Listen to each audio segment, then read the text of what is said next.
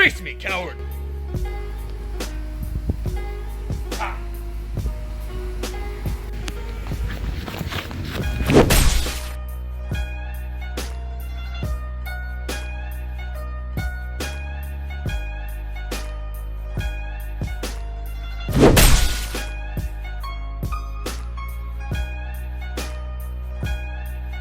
What's up, guys? Welcome to Why We Games official review of Ghost of Tsushima. I am Paul. This is my brother Drake, and we are ready to dive right into this review. Before we get started, make sure to like and subscribe if you guys are enjoying the content. If you're brand new here and you're liking kind of what you're seeing, make sure to hit the notification bell so you get alerted every single time we go live with a brand new video, whether it's a review or weekly gamer news or just an angry rant video. Either way, make sure to do those things. It is greatly appreciated. Also, do those if you enjoy the skits, man. We work really hard on the skits, trying to make them like as cheesy and as funny as possible. So we hope you enjoyed the one at the beginning of the video. That said, we go off of a couple different sections for the review. We'll scale it or rate on a scale from 1 to 10. If you want to get more familiar with our format before you jump into this one, make sure to go view our The Last of Us 2 review.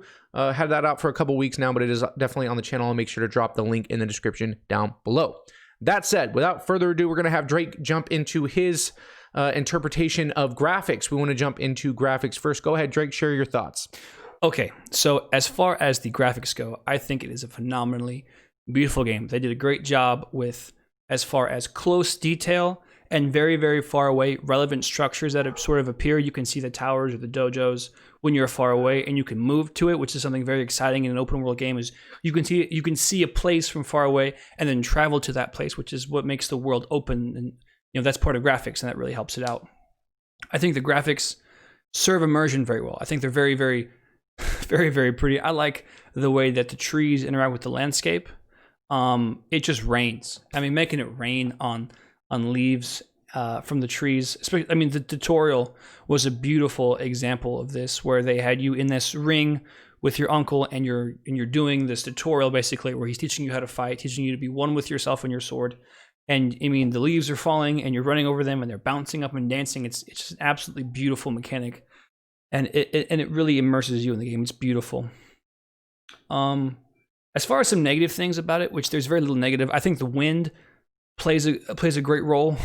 It fits really well. It's sort of this animated drawing into it, and it looks animated, the clouds, but it still fits into this very realistic landscape that they're trying to portray, and I think it's very well done. Only negative I would have to say is that sometimes, this might be because I have a regular PS4, a regular one, and so it might just be that it's my console. But there has been one time where I saw a leaf like in a house that was protruding from a tree that didn't need to be there, because it's in a house and that's a tree, and that's not how leaves and branches work. But overall, I mean, I think it is this end of the generation, but graphics 10 out of 10, and I don't give ratings like that just away. But a beautiful, beautiful game. And a beautiful landscape. I mean, they had a lot to work with the setting, but a beautiful, beautiful game. No, I agree. I don't think it needs to be. I don't think we need to get into a whole lot more than that. I'm giving this as far, because you have to consider, like he said, the console being at the end of this generation and just kind of optimizing what the console is capable of. I'm getting graphics a 10 out of 10. And it's not as simple as, oh, it looks good, feels good, plays good, and that's that for graphics. It's one of those things where it's so windy there. You see movement constantly, whether it's like in the foreground or the background, like short to medium to long range. There's nothing that is just still or is like a background image. Everything looks very alive in this world, and it doesn't matter where you are, sort of like in the mainland or on the coast. You see water moving on the coast. You see trees in the background with like some hill areas over there. Like it looks phenomenal. I love the color palette. Whether it's like Drake said, the petals under the trees kind of just flying everywhere. There's leaves everywhere. There was that one scene, like he mentioned, in the tutorial where you're training with your sensei, and God, like every time I boot up, I got this 240 hertz 4K monitor here, and it definitely is just like, oh, so good, man. So yeah, I'm going to give this a 10 out of 10 for the graphics. It's phenomenal. We don't need to dive much more into that. If you're looking for a beautiful game, sort of like what pushes this console, just make sure to get this. I mean, just on looking at it, you're gonna be pretty happy with yourself. So moving on, we want to go to core gameplay and mechanics. I'm going to let Drake jump into this one first. Go ahead, Drake. Okay, now as far as gameplay goes, was very well pleased with the gameplay. The game reminds me a bit of like a Witcher or maybe Batman Arkham Asylum, where there's multiple enemies and you're there by yourself and you're just basically being, a bad mofo and just kicking everyone's butt. I think it works really well. The blocking system I'm very pleased with. The parry system is exciting because they look different every time. It looks cool in the big picture when you parry someone and he's going back and someone else is charging you. It just looks like a cool scene to be a part of. But what I'm very, very pleased with and I'm very excited about to continue and progress in the game with is the way that they've done stances. And so each opponent sort of has this, their fighting style. So you have single sword, double sword, which are kind of grouped into sword opponents, and you have shield opponents, spear opponents, and then big brutes who are, big hammer guys with huge shields and they're giant and you can't block any of their attacks. But there are several kinds of stances, and each stances corresponds directly with a different kind of technique an enemy uses, and each one is more effective or less effective with the other one. And so while you're in a battle, you have to change from water stance or a wind stance, and while you're playing, you can see like a physical change. You see you go from here, or you go from here, or you go from this, and it's really cool. And it really makes the combat system complex and understandable at the same time, because quickly which stance is which for which opponent. It's not hard to memorize. There's 4 of them, but within that, to a complex level, there's lots of different combinations of buttons you can use for different combinations of attacks, and each one has its own sort of effect, and it has really cool features that you can make part of as far as the stances go.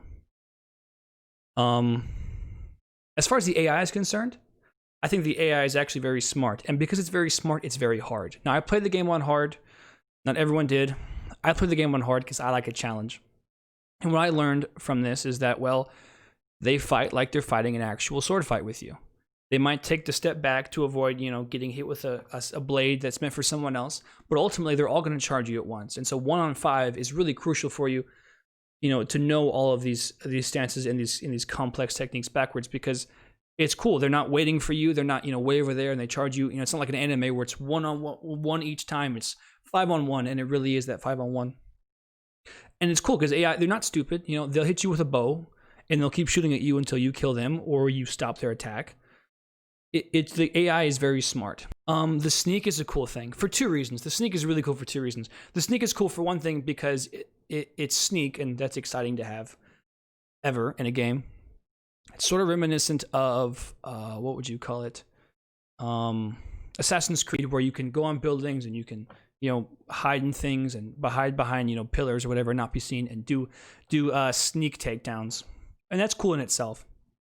But the reason I really like it is because at the moral of this sort of story and setting, right, it takes place obviously in the Japanese island of Tsushima. I've butchered that probably, forgive me. And on this island, right, you open up the game with these warriors, these samurai, 80 of them, I believe is what it is, who are fighting against, hundreds or thousands of Mongolian warriors.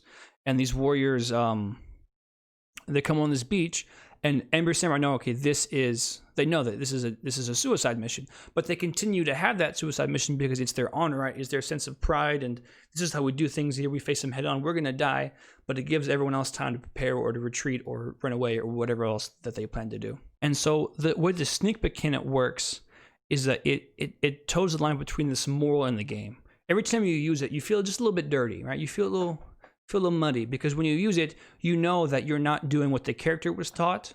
You're not doing what the culture at the time, at least as far as the game says, is acceptable. You're using this dirty trick, this foolish, this cowardice trick to defeat your enemy, which is what the Mongols are doing. And so obviously, and you hear this debate through the game, I should stick to my honor. Also, you hear that's silly. We have to win a war for there even to be a home to be honorable at.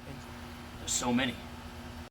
I could take them all on at once, or could sneak up and assassinate them one by one. It is dishonorable to kill your enemy without looking them in the eye. And so I think the sneak mechanic is cool because it's forbidden fruit. You're not supposed to use it, but you really want to, and sometimes you need to. I mean, when you're facing a camp of 20 people, 20 Mongolian warriors and their leader, who's a bad mofo, you need to do it sometimes to even the odds for yourself. But it's that thing that you don't want to, and I think that adds a really cool mechanic of the combat itself. Now, combat bugs, I haven't seen any yet. I've been very pleased with the way that it's polished. And combat game, you're going to spend most of it, or at least the most memorable parts of it, actually fighting people, and I think it's very well polished. I agree with most of what you said. I do want to mention that I have like small detail-oriented things that I wasn't super happy with. Let's just jump into it first. Fighting, I mean, that's the basis of the game. You're going to be running around, you're going to be fighting, you're going to be the hero, right? And so if the gameplay for fighting isn't good, then the game itself is probably not going to be great. I thought fighting was very fluent. I thought switching styles was a good choice, right? With being able to switch between stone stance, water stance, and so on, right? Based on the type of enemy you're going on and the types of enemy. Oh, I just knocked my microphone. And the types of enemies are, I mean, there's a lot of them, and they get more and more skilled as the game progresses on. Whether it's a spearman, swords, I mean, you have strengths and everything. That doesn't mean that you can't fight. You can't fight like a spearman with a stance that's strong against a swordman. You can do that, and it becomes more challenging to break their shields and kind of get into them a little bit.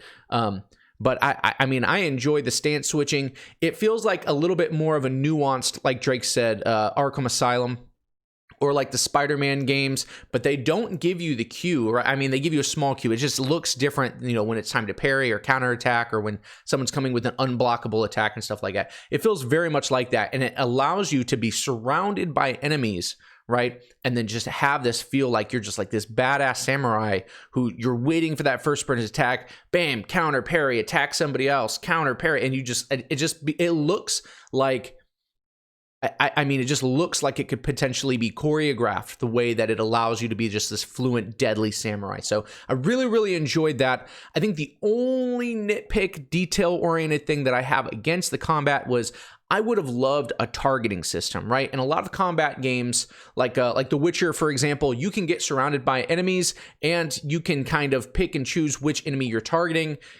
just with a simple flick of the right analog towards the direction of the target you want to focus on. I think that would have helped the game a little bit. I know that the developers have come out and said why they didn't do that. It's kind of one of those things. It's a little subjective, what your preference is.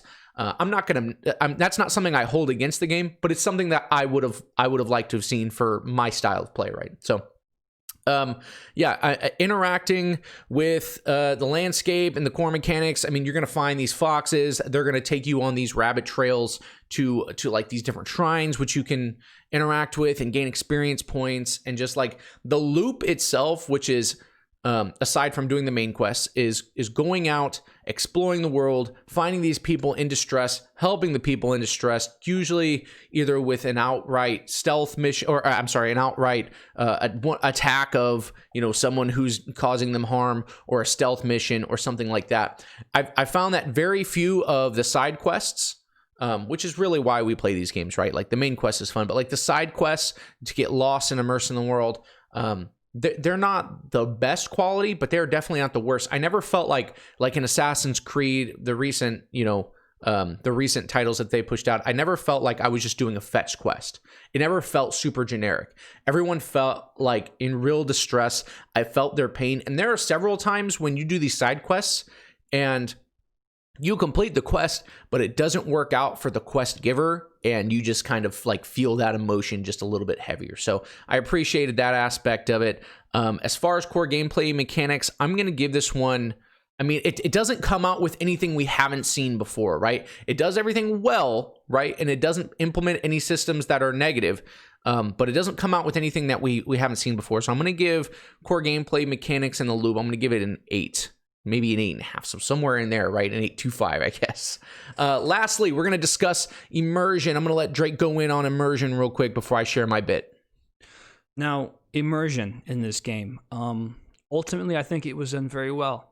Like I said earlier, you get that clash of two worlds where there's one who is honorable and head on, and one who is trying to defeat an opponent any way they can or any way they must in order to conquer them.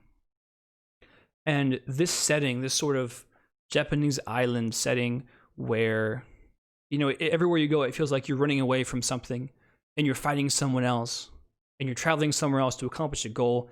This sort of setting where it's like apocalypse is happening and you're the guy who's supposed to fix it all and run every which way. It's a very exciting setting. Now, the character we get, I think the character is interesting because I want to see how he progresses, right? Because he starts as this character that he's lost his dad, and he blames himself for that, right? His dad was doing the honorable thing, as far as I know, as far as I've gone in the story, and he says he wasn't doing the honorable thing, and his father died, and so you tell early on he wants to be the honorable person. He wants to be what his culture says he ought to be. Then he's trained by his uncle. And his uncle tells him the same thing. He instills honor, the same traditions that this culture has, professed. And it trains him to fight with a sword. Look your enemy in the eye when you face them.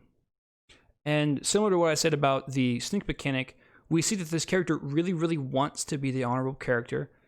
There's an internal struggle that he wants to face his opponents head on, but sometimes it's impossible for the practicality of war, for achieving an actual goal.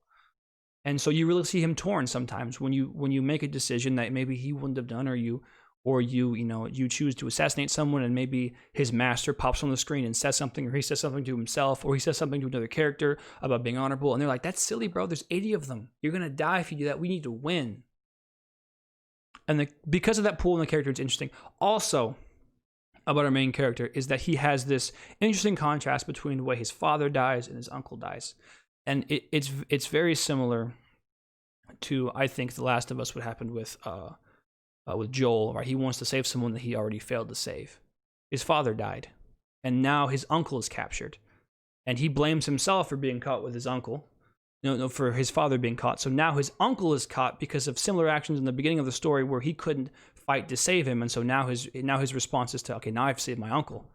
But in a symbolic way, I've saved my dad for the second time and actually succeed this time. And so he's trying to succeed where he's failed. And that's a very interesting thing for the character to go through, and to go through it with the character. I think it really makes this story very immersed. And so as immersion as a whole, I think immersion as a whole is a tricky category because everything that the game does well is immersive, right? I think that the graphics provide great immersion. I think that the battle mechanics and the characters, every bit of this game, because it's so well polished and done, makes you immersed in the story, immersed in the game, because you want to take part in it. I've forgotten I'm playing a game, and I really thought I was a samurai for a while I was playing. It's a great experience. And bugs, I mean, if they're there, besides the one tree bug I saw, I haven't found them yet. I've been playing for a few hours, more than a few hours. I think he's been playing for more than a few hours. I think they're hard to find, far and few between. It's a very well-polished game. I think it's a very good game. And so ultimately, from what I have played so far, 8.75, 9. And leaning more towards 9. So, it's a very good game.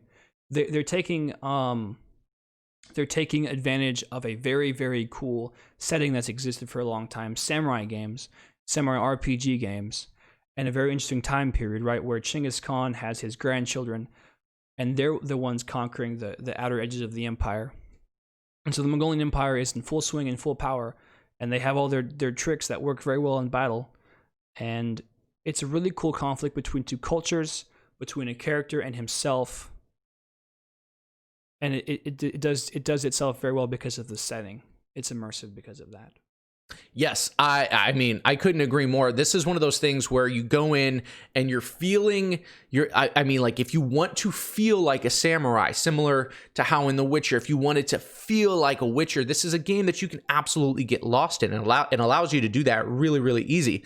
And the game even gives you, like Drake said, these moral struggles, whether it's to be an honorable, samurai, or the dishonorable yet very productive assassin type. And you can go back and forth with these. You can kind of build your own legend. If you want to just terrorize enemies, or you just want to like bow up, get your chest out, and confront everything head on, you have the ability to do that. And it really allows for different levels of immersion. Like you can like you have to buy in, right? As the game player, you have to buy into it. But if you do, you can 100% expect the game to love you back. You know what I'm saying? So I whether it's the beauty of the game, the fluency of all its mechanics, the likability of the characters, and even dislikability of some of the side characters, the game always is just always kind of dragging you through this emotional adventure. And so as far as immersion goes, I'm going to give the game, I think it deserves a 9. There were very few things, you know, that pulled me out of that immersion. It's even the HUD, for example, like whoever implemented the wind, right? Whoever implemented the wind navigation system, genius, because it takes away from things that you have to put on the screen.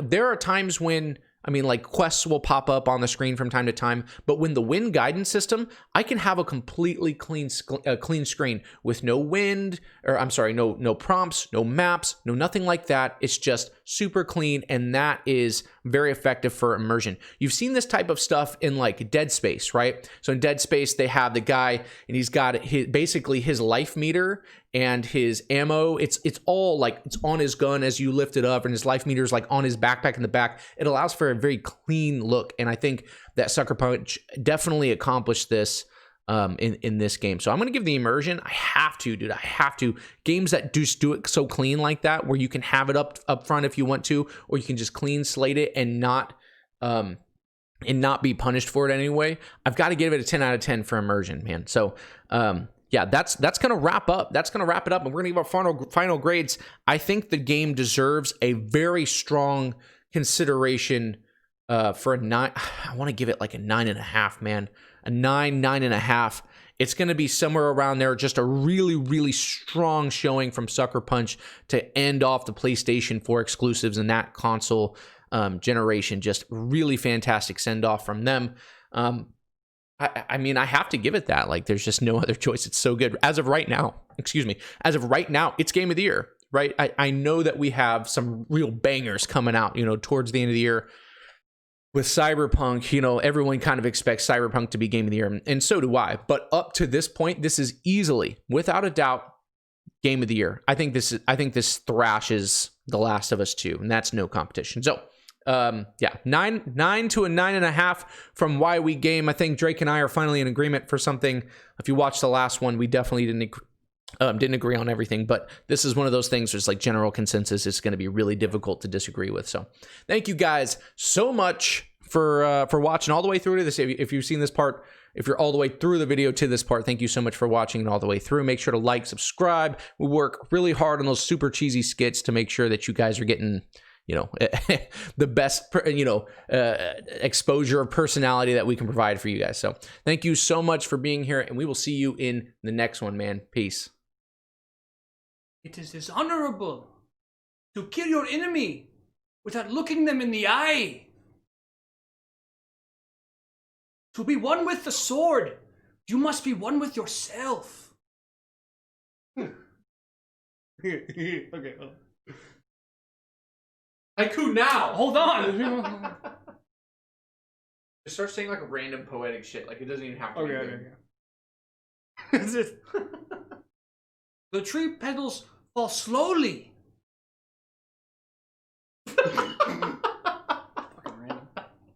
As you go into battle, what are you screaming?